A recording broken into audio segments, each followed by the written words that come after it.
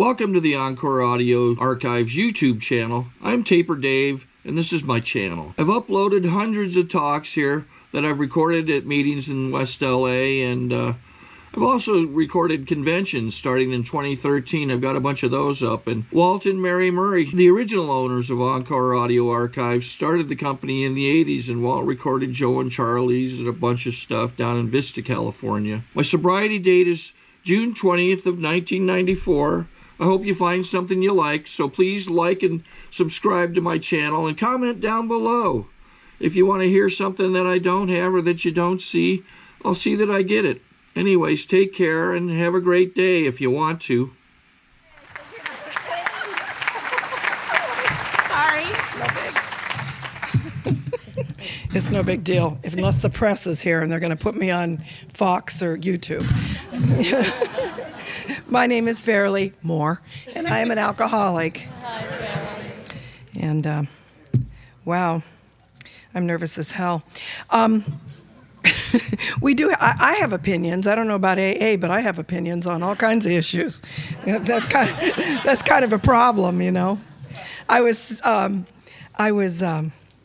sitting here listening to people do all these little chanting things, and I thought to myself, I heard a rumor that there was somebody that didn't like it somewhere in our great society. People were saying God could and would if he were sought in unison. Next thing we know, we're going to be quoting the whole fifth, part of how it works together, because I'm an alcoholic, and if somebody tells me they don't like something I do, and I see no good reason for them to not like what I'm doing, and I have an opinion that is none of their damn business, I will do it more, and that's very sick, but I will do it. I will do it. I can't help it. It's like a compulsion. I'm like, I'll do it every time. I'll even do it at night before I go to sleep when there's no one in the house, just so I can prove that I can do it if I want to do it. I mean, it was just it, and I've had that little seed of personality quirk ever since I can remember. When I was a little kid, it was like my grandmother said one time to my mother, I overheard her, never tell this kid not to put beans up her nose because she will. And I was like, why the hell would I put a bean up my nose? But my grandmother was trying to make a point, is that I had a little bit of an oppositional streak, and but I covered it nicely with being cooperative. It was a manipulation. I was simply just trying to get what I wanted by getting you to like me enough to give me what I wanted, I think. I thought about this young at heart, and I thought, wow, I don't know. Does this mean that I'm an old person and now I'm going to tell you how cool it is to have a young heart? Or, what's the deal? What's the deal? What's the sneaky motive in this? Somebody had one. But actually, I did think about it, and I thought, gosh, it says in the book, what I used to be like, what happened, what I'm like now. And I thought, when I first got sober, I was a very old person. I was very old. I was 18, but I was very old. My life I'd been through more crap in 18 years with my alcoholic family and my religious nut grandfather that I was old.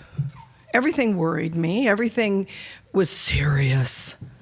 My first sponsor, and probably my true sponsor, even though I've had others, she used to say, don't take yourself so damn serious and stop running around with your heart on your shirt sleeve. I had no idea what she was talking about.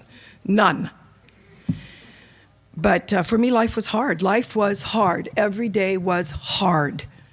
And I'm not just making that up. I started drinking at 12 and began seriously drinking at probably 15.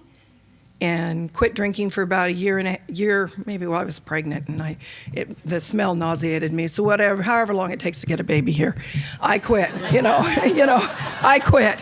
Thank God. The child had many, enough to deal with all the things she had to deal with. But and then after I had my little girl, when I was 16 and a half or whatever it was, 17, I think. The doctor told me a beer occasionally is good for the production of breast milk. And I interpreted that to say, drink as much as you want and you'll get lots of breast milk and your baby will be healthy. And so I went out and I wasn't old enough to buy alcohol, but my young husband was, and so I had him get a 6-pack. And then a couple days later, I had him get a case. And it was the cheapest crap. I think it was like $1.99 a case. I'm not kidding you, because it was 1962. And it was some junk. I couldn't afford Olympia, which is the beer that everybody drinks where I'm from. But I could afford this rot gut, whatever the hell it was. And that's what we got, 2 or 3 cases a week, I think we started getting. So in a brief, short period of time, I just kind of wanted out of this situation. And I had left home when I was very young because of my alcoholic parents. But now that I was a young mother and drinking, I wanted to go back to the house that I grew up in, to the family system I grew up in, because nobody was going to interfere with my drinking because everybody was doing it. And I did go back and live for a brief time with my mom, and it was awful. But nobody questioned. When I got up in the morning and I went directly to the refrigerator and got a beer, there wasn't a person in that house that looked at me funny. It was just like, I had beer for breakfast. That's what I had. And I nursed my baby. And, so, it was a win-win in my mind. But I was drinking other things too. And of course, home life wasn't going well. So I had to do what I always did, and that was get away. So I moved away, and then things weren't going well where I was living, because I don't think it had a whole lot to do with the fact that being underage, I had to have guys buy me alcohol on base, and then I would let guys that were AWOL, absent without leave, stay in my little apartment, and hide out. Probably had a little bit to do with that I felt I needed to leave Tacoma, Washington, and make a new start. So I went to Hawaii, again to my mother, and there I drank like a maniac on the beach, and and in the clubs, I don't think they had NCO clubs where you went and you danced and you drank and you danced, and I don't think they have those anymore. Do they still have them? I don't know. They do? Yeah, they do. Oh, well, goes to show how little I care. But I was like, I wonder if they still are doing that back in the day. So I could drink on base under 21, and I liked that whole concept. Nobody asked, and I didn't tell, and I drank all I wanted, and I started developing this nervous condition. And so I went to the doctor on base, and he gave me meprobamate to calm my nerves. But I neglected to tell him that for some time I'd actually been taking a substance called a diet pill. I was, believe it or not, skinny as a rail, but taking those diet pills, really, I took them twice a day. That was what I did. Stayed up all night. We were the only place in the island of Oahu where the cockroaches were afraid to enter the house for fear of being murdered, because I was up all night killing them. I couldn't sleep, so I had to be doing something. We had a very clean house. So I was taking these diet pills and drinking, and it was better living through chemistry. You get up, you take a diet pill, then, you drink all night, and then you take a diet pill, and then it was just great. But I started having these nervous symptoms, and we had a lot of nervous problems in our family. There was an Al-Anon speaker, and, I come from a Scandinavian family, and we always called the people that had drinking problems nervous too. So that must be, he was talking about it. I thought that must be something we just do. They have a nervous disorder. They're very nervous people. So I was getting nervous, and I went, and they gave me this prescription for Milltowns, meprobamate. So now I really had better living through chemistry. And because I lived on Oahu and you never knew when you could be attacked by a tsunami, I took my prescription bottles to different installations to refill them. I would put them in a mayonnaise jar, and then I would go over to Tripler, and then I would put that in a mayonnaise jar, and I'd go over to the Air Force Station and get it filled at that pharmacy. And, they didn't have computers. Nobody knew what the hell I was doing. And then by that time, it was time to go back to the Army base and get my prescription refilled. So I was stocking up, in case of any kind of a natural disaster. So, and the oddity of it is I didn't find that odd.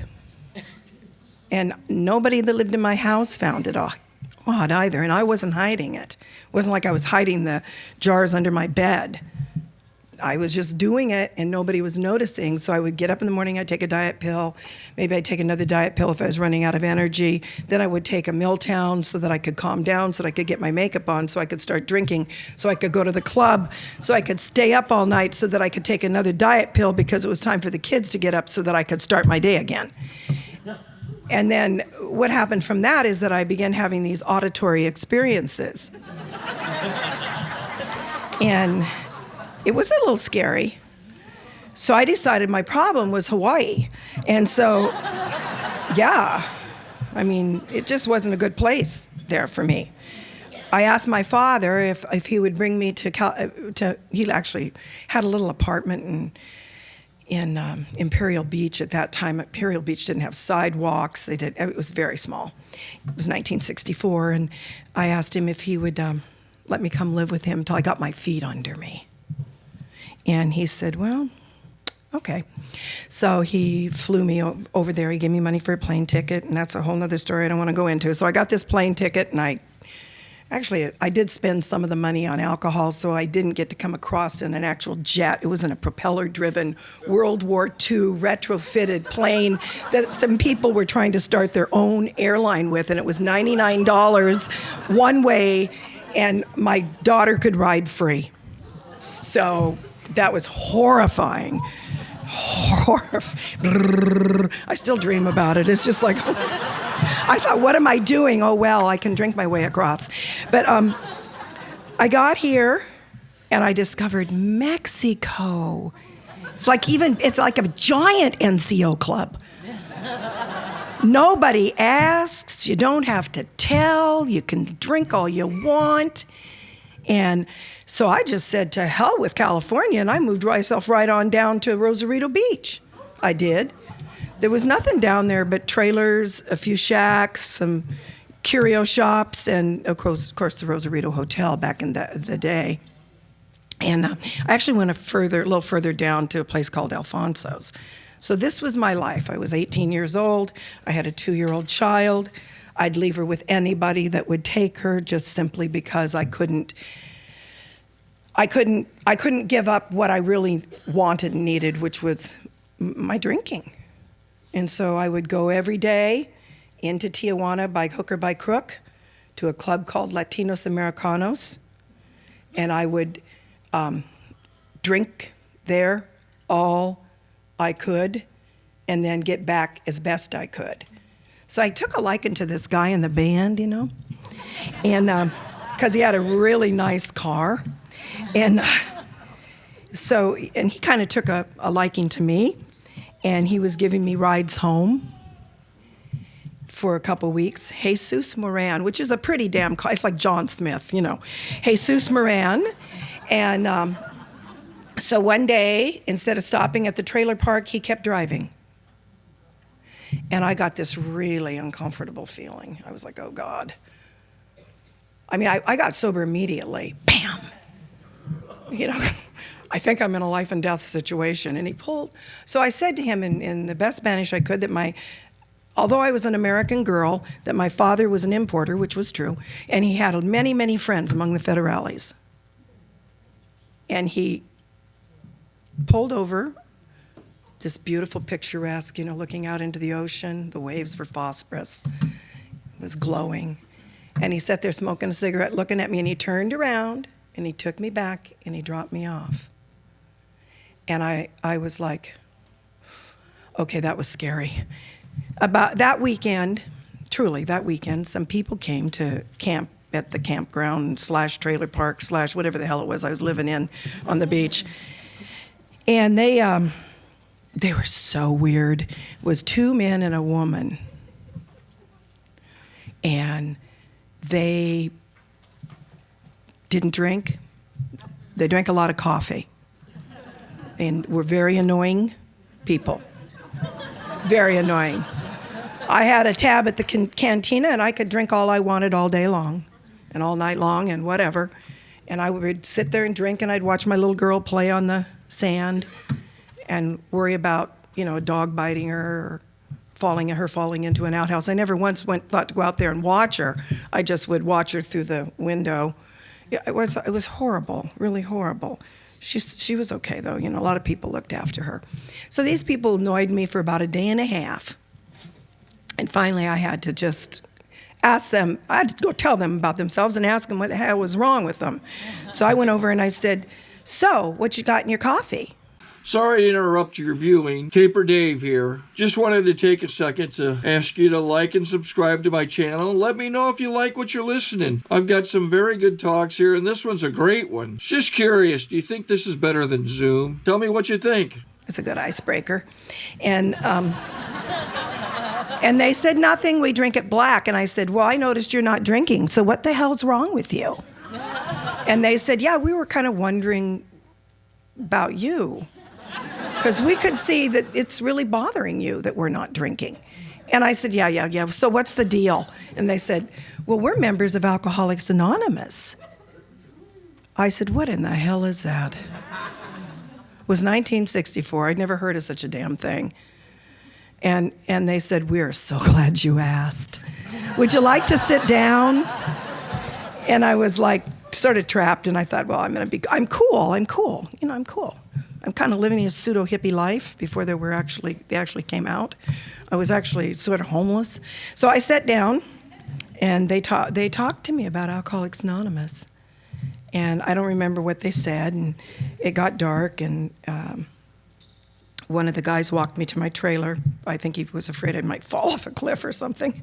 And when I went to open the door of the trailer, he said to me, you know, I know a lot of what we said today doesn't make sense to you, but I can promise you this. If you'll leave with us and go to an AA meeting, you never, ever, ever have to feel like this again. You'll feel lots of things, but you'll never feel this bad ever, ever again. And I thought, yeah, right. You know, I'm still locking you out of the trailer. But, you know, I went in and put my little girl to bed, and I remember sitting out there, and, you know, I'd been praying like, oh, God, don't let my kid be eaten by a rabid dog. Oh, God, don't let my kid fall in out. Oh, God, don't let me drown. Oh, God, you know, blah, blah, blah. But I remember saying that one prayer we hear so much about in AA. I call it the true prayer of the suffering alcoholic. Dear God, if there is a God, for God's sakes, help me. Dear God, if there's a God, for God's sakes, help me. That's all I had. That's all I had to give. I grew up a Methodist. Well, actually, I'm a multi-ethnic person. I'm part heathen, which my grandfather used to say my mother was. I'm half heathen and half Pentecostal Christian, and that's how I grew up. You know, fear the Holy Spirit and ghost and fire and brimstone, and my mother saying, you know, so, you know, it was just like, I'm like, oh. And I'd given up. I tried all my Methodist and Pentecostal prayers. I'd tried ignoring God, and I just was scared to death. So I went with those people, and I started going to meetings. And I was a terrified young woman who I didn't know up from down. I didn't know what the hell I was doing here. There were no other young people. And I was scared all day, every day, waiting to feel better, and going to lots of meetings and lots of meetings and lots of meetings. And there was a lot involved with that was less than stellar, but nonetheless, I was getting to a lot of meetings.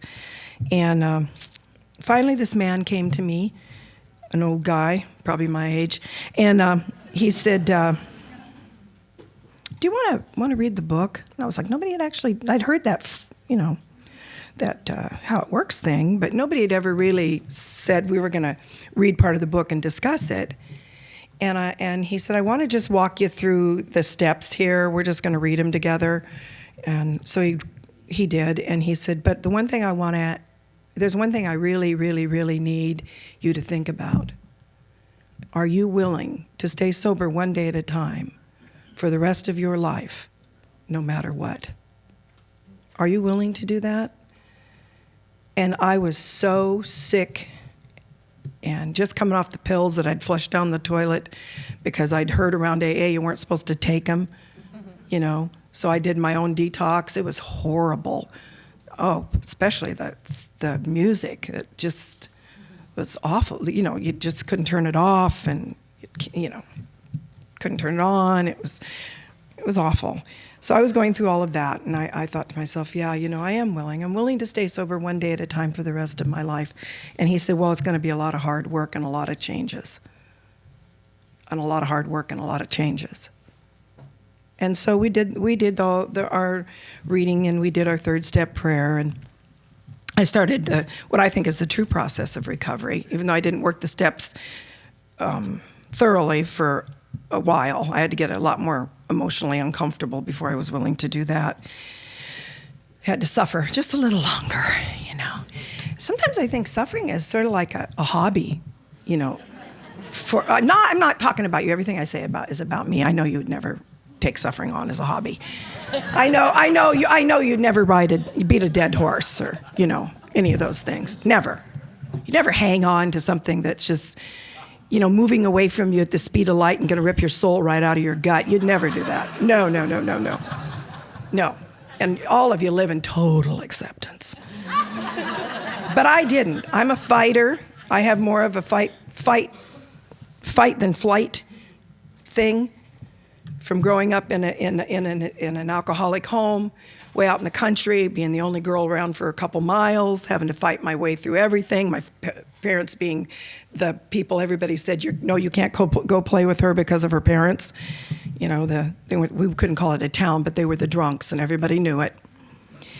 And I had a sister that had severe fetal alcohol syndrome. They didn't know what it was back in those days, and kids made fun of me at school, and I knocked the shit out of them for it, because I felt that was the honorable thing to do on my sister's behalf, who absolutely had no idea what was going on or even that she was here.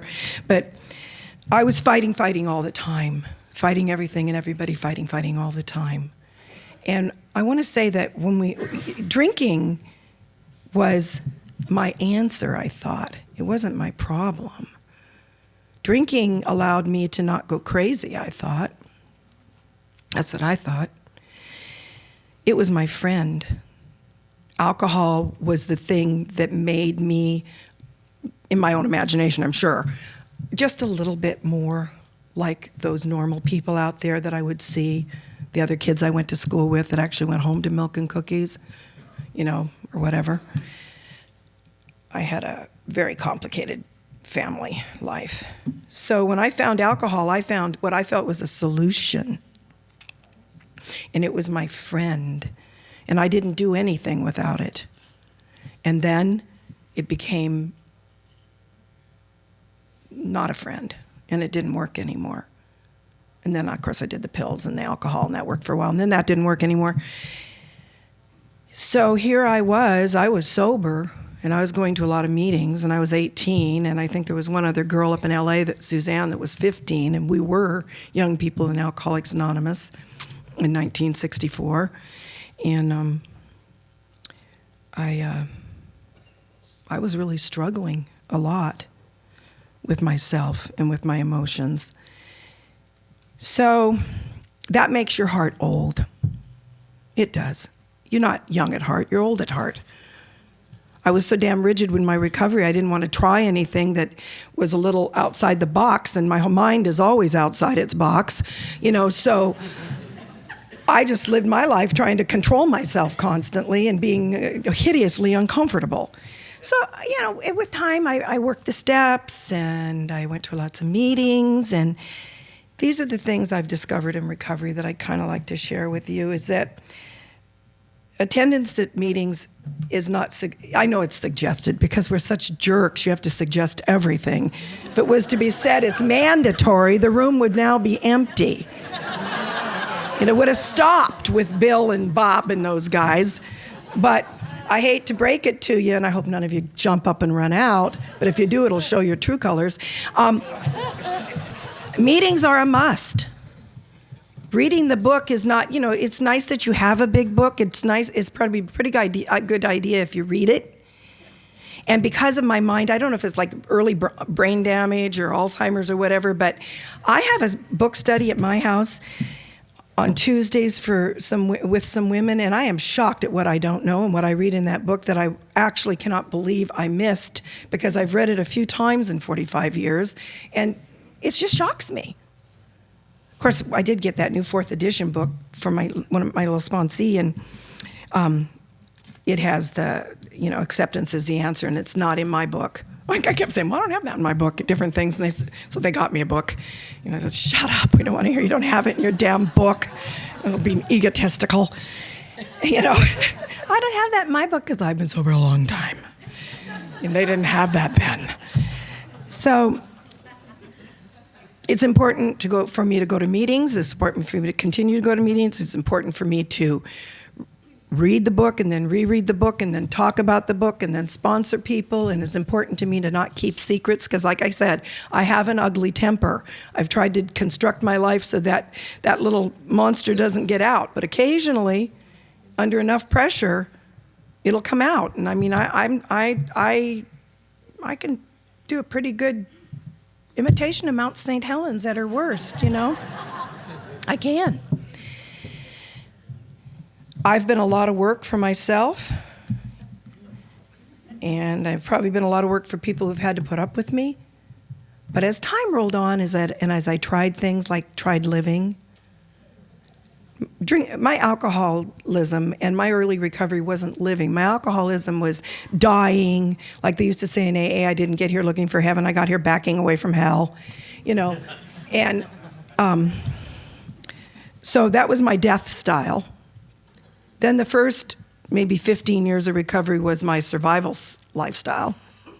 Just trying to figure out how to survive in a world I didn't understand, in a world that I've come to believe doesn't have people in the masses whose minds are wired like mine. Mine are different. I laugh at movies like Fargo. I do. I was laughing. My poor normal husband, who's, God bless him, soul deceased now, was like, oh, because I was cracking up. And he goes, Farleigh, this isn't a funny movie. It's not. And those are the times I would realize, okay, so I am wired different. I'm wired just a little bit different, probably always was. My sponsor, God, I loved her. And she said, look, kid, you were psychologically conditioned to be a nut of some kind. I don't know if you were born that way or not. Just thank God you drank. Because this is a list of things that you could be if you hadn't. And then she would go through it and I'd be like, oh, God. So my first 15 years of recovery was sort of like a just survival train. And then I began to try out things in life because I came up with a interesting realization.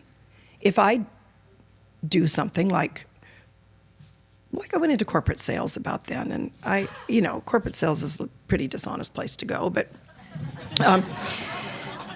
I thought, I can go try something, and if it makes me really uncomfortable or it's not working for me, I do not have to drink at it, and I don't have to try to shoot it, kill it, hang it, whatever. I can just walk away and just not do that anymore. My friend Bill, he's sitting there, and I love him so much, and he says to people, they go, when I do this, I feel real bad, and then he said, what is it you're doing? And they explain it, and he says, well, just don't do that anymore. And they go, oh, really? Well, I came to that realization. I don't know if I heard Bill say it and it got through or somebody else, but I thought, I'll just do certain things, and then if that doesn't feel good, I won't do it anymore. And I'll take responsibility for my finances, and if I mismanage them, they're mine. That I mismanage is nobody's fault, and I can learn, I can grow, I can develop. So that's what I've done, and I've had an exciting, wonderful life. I had a farm one time up in Eugene, Oregon, actually just outside Eugene and Veneta, when I was sober for maybe 12 years.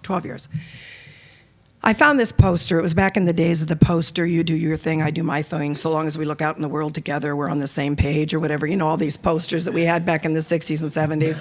And this one was a picture of a book that was a puzzle.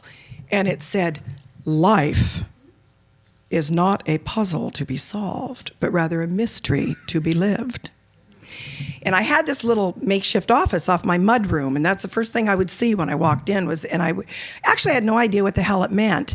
But it's for some reason I was attracted to the poster, so I put it in that room, and I looked at it many times a day.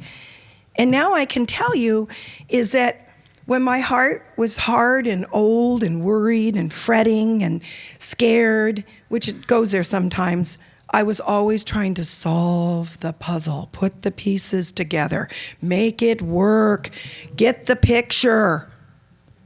And now I'm at a place in my life where it's a mystery why certain things are happening in my life, but I'm living it. I'm trying to love it. And I'm trying to do what it talks about in the book about acceptance. In paraphrased, if it's happening in my life right now, and I believe what the book says, and it's in there, trust me, God is everything or God is nothing. You cannot have it both ways. Well, if God is everything, which I choose to believe is so, and there are certain things happening in my life, which are obviously happening, then I need to accept that it's there for a reason, either for a lesson for me to learn or a change to whatever. It's there. My responsibility is to accept it with dignity. When my sponsor died, she died a miserable, horrible death of cancer. It was pretty sad. And I was with her in the last few moments of her life, and she took my hand and she said, honey, Alcoholics Anonymous has taught me how to die with dignity. For God's sakes, let it teach you how to live with integrity and dignity. And I made her that promise, and I'm still trying to keep it. Because, she'd been around AA about 20 years, and she had retreaded many times. And no, she'd been around longer than that. She'd been around since she was like about 35 years old, which was unheard of back in the day.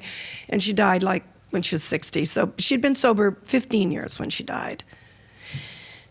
And she was a gift from God, because I went into a recovery home and nobody wanted to sponsor me. I was 18 years old. They acted like I had rabies. And I woke up, took a nap one day, and I woke up, and this lady was really hard-nosed ex-World War II nurse lady was sitting in a chair staring at me, and she says, well, I guess I'm stuck with you because nobody else wants you. And I was like, who the hell is this bitch?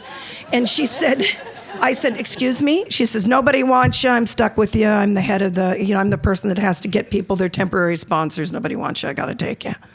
Because nobody thinks you're going to stay. And I thought, you'll have to get the cops to get me out of here. She knew that. She knew that.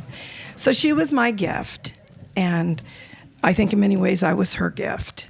I found that in Alcoholics Anonymous, some of the important issues are do the work, keep your word, you don't make promises you can't keep. If you accidentally do, make sure you notify the person that you're dead. So that's why you're not keeping the promise. Have a little note. Call Sharon if I die on Tuesday. No. It's a very, very simple program. It's to have integrity, pray for the willingness, ask my higher power for the ability to discipline myself, and take the next indicated step. My life is full and happy, and it's an adventure. But it also is wrought with challenges and problems. We like to call them challenges because they sound so more benign. There are problems. I thought getting sober meant this. I'm doing the world a favor. I am going to get sober, you lucky people. And I am going to stay sober, and you should thank me. Because the mess I could make is hideous. And because I'm doing this grand gesture for the world I live in, I should live happily ever after in AA land. That's the very least I would ask or expect. Then I read that thing in the book that said, our lives had been characterized by countless vain attempts to either struggle to the top of the heap or hide beneath it. Never had we tried to be one among many, a friend among friends. Never. We were selfish, self-centered, self-pitying, manipulating creatures with hard, cold, kind of we like to say we're real sensitive, but people can't do the shit we do and be sensitive. I'm sorry. I am going to take ownership of the fact that I was pretty damn hard-hearted, because I could rationalize just about anything and make myself believe it. So that's what I used to be like. And now I'm a human being. There was an old man in AA, and he used to say, you know, my name is Bill, and I'm an alcoholic, but in the final analysis, I'm a human being.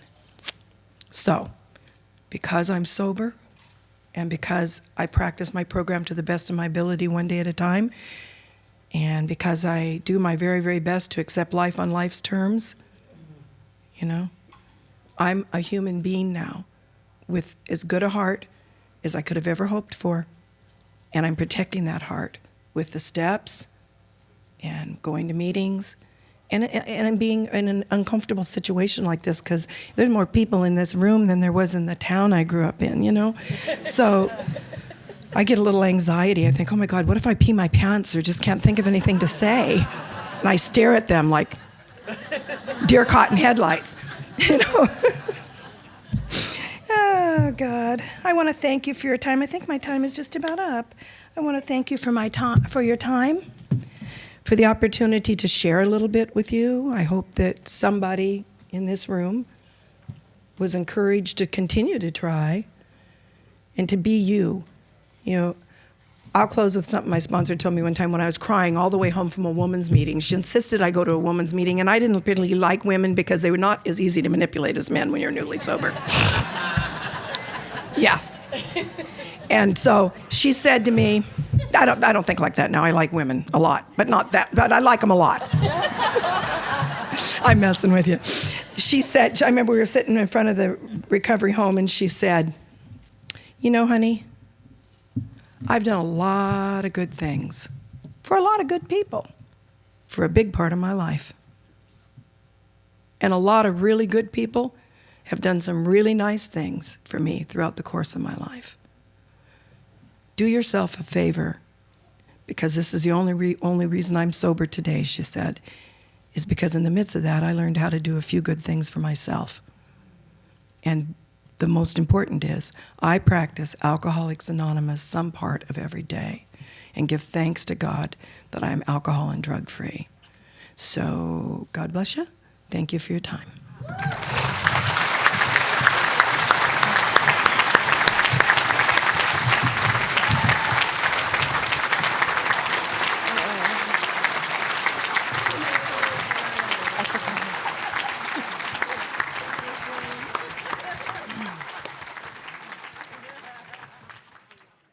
I think we got a great talk going on here. Thanks for watching the channel. Taper Dave here. Just curious, do you think this is better than Zoom? Okay, this is how I prepare my drone for launching. I like to do it inside the cab of my truck so I'm not standing outside in the weather. To install the joysticks for control, up and down, right and left, powered on. I have an Android phone that I use to connect it to the drone with, and it's actually controlled through the iPhone, through an app. Oops, wrong way. It's actually controlled through the iPhone, or through this Android phone, through the app. It's actually controlled through the Android phone, through an app, and you connect it through this short connection right here.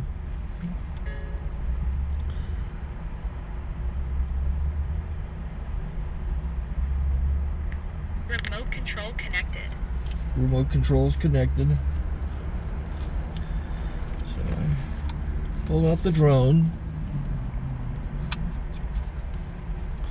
I have to extend the legs, long legs extended first, then the short legs. Remove the gimbal protector. Set that aside, then power it on one short burst, then one long burst. I lay it down. So I have to go to calibrate. So the drone's not connected yet. It shows you here as this drone gets disconnected, even though the remote's powered on. So the drone has to establish it's connected. So I go into the app to calibration mode. First I'll calibrate the remote controller. Start calibration. Out, in, oop, out, in, up, down, and then this little wheel is to control the gimbal. So it's calibrated. Go to gimbal calibration, start calibration, and then it calibrates the gimbal. I don't know if that shows up. The gimbal's moving all over the place. Changes, you can see it on the video. And I'm calibrated to take off. It's acquired 7 satellites at the moment. There are 26 satellites up in the sky, which it has to acquire before you can take off. So it's connected. It's got enough satellites. This is white. I can go to press this little arrow button, swipe right to take off, and it would start the motors if I slid this to the right. But I'll wait till I get outside. Don't want to do it inside.